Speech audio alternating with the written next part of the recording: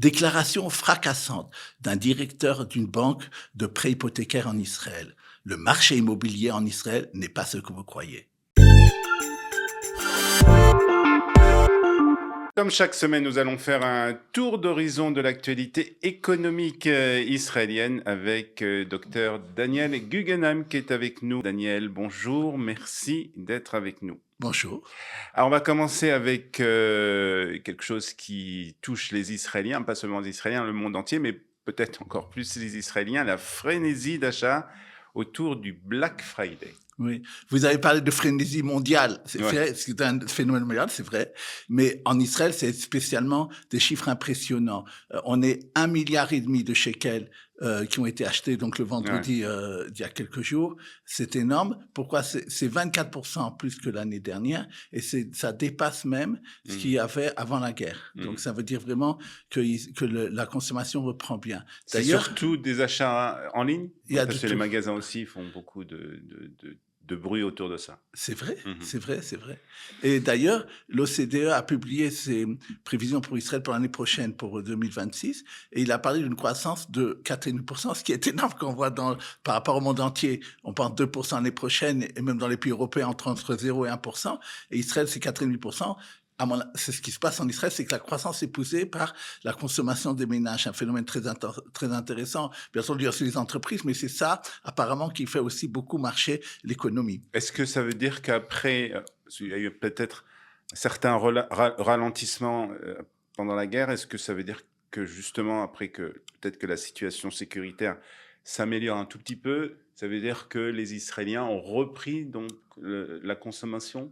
Tout à fait, mais je voudrais rappeler que, par rapport à votre question, le deuxième trimestre a été catastrophique parce que les guerres face à l'Iran. Oui. Mais le troisième trimestre, on avait déjà une croissance de 12%, ce qui est énorme. Et donc ça, c'est encore quelque chose qui continue. C'est pas, D'accord. bien sûr, il y a au fond, il y a ce que vous dites aussi. Il y a ce besoin-là de rattraper ce qu'on n'a pas fait pendant 2 ans. Mais ce que je voulais dire par rapport encore à ça, c'est très intéressant. En fait, c'est que si on regarde les profits des cartes de crédit, parce qu'en fait, vous avez parlé de online et de trucs, bien sûr, la plupart des achats, comme dans tous les pays, ça se fait par une carte de crédit qu'on vient au magasin ou qu'on l'achète en ligne. Bien sûr. Et il y a eu les chiffres à la bourse, parce que la plupart des sociétés de crédit, cartes de crédit sont cotées à la bourse, on voit que leurs profits ont augmenté de 30% au troisième trimestre, ce qui est très important. Et en fait, ce qui se passe également, c'est qu'on voit que tous les holdings importants en Israël, c'est-à-dire les groupes financiers importants, veulent s'acheter des cartes de crédit parce qu'ils voient, encore une fois, c'est parce que la consommation, ils voient quelque chose où il y a de l'argent à venir. Et donc, c'est très important de voir ça aussi derrière ce qu'on a dit. Très bien. Alors, on va parler maintenant toujours d'un sujet toujours très important en Israël, c'est le sujet du marché immobilier en Israël avec une déclaration un peu surprenante, on va dire, du PDG de la Banque de Jérusalem, qui est une banque donc qui s'est spécialisée, on va dire, dans les prêts hypothécaires. Tout à fait. Malgré son nom, que vous avez bien fait de préciser, parce que Banque de Jérusalem, on croirait que c'est la Banque de Jérusalem, mais effectivement, elle a elle a des activités aussi comme l'ensemble des banques, point de vue des dépôts. Elle est connue aussi pour des dépôts bancaires, etc. Mais c'est vrai que sa principale activité, c'est dans le domaine hypothécaire, et donc une fois par an, ils se réunissent. Il a fait une déclaration qui, à mon avis, est très intéressante de la part d'une entreprise qui, justement, d'une banque, pardon, qui fait des prêts hypothécaires. La première chose qu'il a dit, il faut savoir que ce qu'il appelle la génération Z, ça veut dire les jeunes d'aujourd'hui, mes enfants, vos 6 enfants, ne sont plus intéressés à acheter des maisons comme c'était dans l'ancienne génération.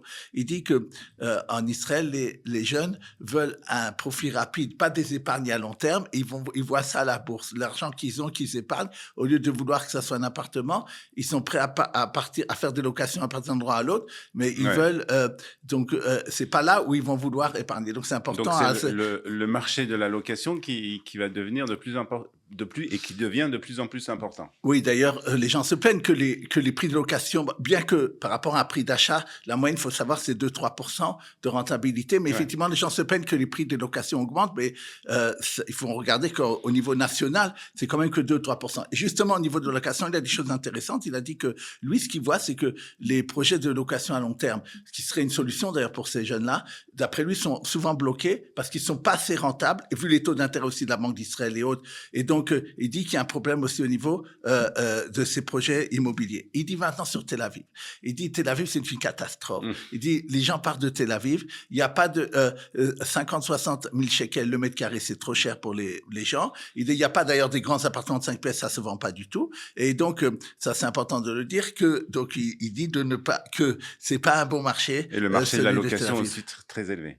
Et le marché de location très très élevé, effectivement. Voilà. Donc ça, c'était un petit point sur le marché immobilier en Israël. C'est toujours très important et on le suit avec beaucoup d'intérêt. Maintenant, une loi qui a fait aussi beaucoup parler d'elle cette semaine, une loi, il faut le dire la vérité, qui est un peu énervante quand même, et qui était censée réduire les frais de stationnement, mais en fait, c'est l'effet inverse qui va se passer. Comme d'habitude, vous allez trouver le bon mot énervant. Et je voudrais dire ce qui est absurde, c'est qu'en fait, quand cette loi-là, elle est passée à la Knesset il y a plus d'1 an, elle est passée à l'unanimité. Et qu'est-ce qui s'est passé quand on regarde, quand une loi est faite en Israël, comme dans tous les pays, il y a des commissions, et il y a des gens du métier qui viennent dire, voilà les conséquences que vous allez faire d'une telle loi. Il faut pas être seulement populiste, c'est-à-dire quand on fait une loi, quand on fait une réforme, on le fait pour les gens. Parce que l'idée là, bien entendu, était de réduire les coûts de parking. Alors, quelle était cette loi de dire? Il disait comme ça. Jusqu'à maintenant, on avait le tarif fait par les parkings était tous les quarts d'heure, voire toutes les heures. Ouais. Et donc, si quelqu'un y restait 10 minutes, il payait trop. D'accord? Maintenant, qu'est-ce qui se passe? Ils ont dit comme ça, on va faire maintenant un paiement à la minute. D'accord. Qu'est-ce qui s'est passé? C'est que quelques jours, ou une semaine, ou déjà avant l'application de la loi, donc l'application de la loi, c'est parti cette semaine. Le 1er décembre, je crois. Hein. Voilà, et donc, déjà quelques jours avant, donc en fin novembre, les parkings privés, les plus importants, ceux de Tel Aviv, là où il y a beaucoup de choses, des canyons, des centres d'achat, ils ont augmenté l'heure de 8 à 12 shekels. Donc, de toute façon, ils ont fait leur calcul que si maintenant même ça revient à la minute, ils vont pas perdre, d'accord? Donc ça, c'était un peu le problème. Deuxième problème qu'ils avaient dit au moment de cette discussion, les gens de parking, il n'y a pas que des grands parkings, il y a aussi des gens qui ont des parkings privés. Et ils ont dit, pour nous, c'est impossible de faire installer ce que vous voulez, point de vue informatique, de le faire à la minute, ça demande un investissement très important. Et ça veut dire que vous nous condamnez à fermer notre parking si vous voulez appliquer la loi. Donc c'est une chose qu'ils ont dit. Maintenant, la chose la plus grave qu'ils ont dit, c'est comme ça. C'est que déjà maintenant, à l'heure actuelle, ils avaient remarqué que beaucoup d'accidents se passent à la sortie du parking. Parce que les gens sont pressés souvent de sortir. Et il a dit là, ce que vous allez faire, c'est que vous allez multiplier les accidents parce que des gens vont vouloir très très vite, même si ça sera la minute. Donc, et on interroge les gens, ils se disent on court pour maintenant venir. Et donc ils vont pas faire vraiment attention et ça sera mal. Et il faudra effectivement suivre les statistiques concernant les accidents dans les parkings et on espère que que l'application que les députés feront attention à aux conséquences maintenant qu'il y aura de cette réforme. En gros, ça revient encore très cher de se garer, surtout dans les grandes villes, Tel Aviv, Jérusalem. Ouais, c'est des fois hors de prix, vraiment. C'est une politique. C'est pour encourager le transport public. Mais ce qui se passe, c'est que le transport public n'est pas encore au point. N'est pas exactement, est très cher souvent aussi pour certaines catégories de population et donc et surtout n'est pas confortable comme vous dites et n'est pas au point seulement. Voilà. Alors on va terminer par, comme chaque fois, par une belle histoire, une histoire de réussite en tout cas, une réussite israélienne. Puisque c'est un site internet qu'on connaît, enfin, certains le connaissent, puisque si vous avez acheté quelque chose en deuxième main, ce qu'on appelle Yad Shniya, c'est ce fameux site donc qui s'appelle Yad Shniya, deuxième main, qui a été vendu pour 3 milliards de shekels. Oui, on aime bien raconter ici des contes de fées, des réussites exceptionnelles. Cette entreprise, Yad Shniya, comme vous l'avez dit, donc deuxième main, qui vend sur Internet, c'est un site Internet plus important qu'on va voir en Israël concernant l'achat et la vente d'appartements, de voitures, etc. Et a été créé vers la fin des années 90 par plusieurs personnes à Haïfa, une petite famille, dans une petite pièce, comme c'est d'habitude, où ils faisaient quelque chose de gratuit. Ils voulaient proposer aux gens de donner gratuitement leurs annonces et de voir qu'est-ce qui se passerait. Qu'est-ce qui est arrivé?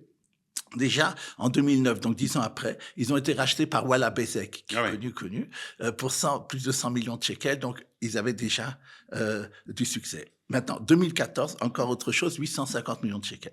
Et maintenant, nous arrivons en 2025, vendu à Apax, c'est un grand fonds d'investissement international qui, lui, achète ça pour 3 milliards de shekels.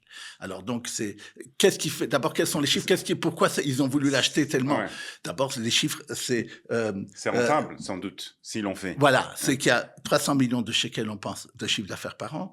Il y a 350 employés. Il y a surtout 10 millions d'entrées par mois et 2 millions d'actifs. Donc, c'est quelque chose de très important. Ils sont 70% du marché de la voiture et 40% et 60% pour l'immobilier. Donc, c'est très, très important comme chose. Ah, maintenant, qu'est-ce qui est très intéressant à dire pour la suite?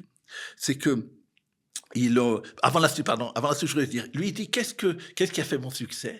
C'est que j'ai réussi à voir qu'est-ce que les Israéliens veulent. Il s'est adapté au public israélien et il a fait ce chiffre d'affaires et ces entrées-là. C'est aussi maintenant, il a fait beaucoup par des agents immobiliers. Maintenant, c'est eux souvent qui publient là-bas. Mais il a dit, on a fait des coopérations avec des corps, on appelle ça des agents économiques qui soient privés ou publics, etc. Et donc, ça leur a permis, bien sûr, de s'étendre. Et ils ont été sur beaucoup de domaines qui n'étaient pas le premier de l'immobilier. Maintenant, ça va aussi sur financement pour acheter une voiture. Donc, tout ça, c'est ça qui a fait leur succès. Il y a une variété de services, en fait, qui a fait qu'aujourd'hui, on arrive à ces chiffres d'entrée.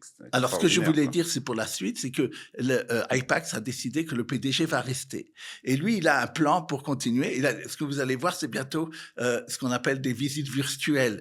Il va rendre ça encore plus intéressant son site. Il va utiliser beaucoup plus l'intelligence artificielle dans son site, comme beaucoup vont faire. Donc, ils ont des idées pour continuer parce que les financiers ont été étonnés de ces chiffres de 3 milliards de shekels comme ça, que Apax accepte d'acheter pour un site Internet.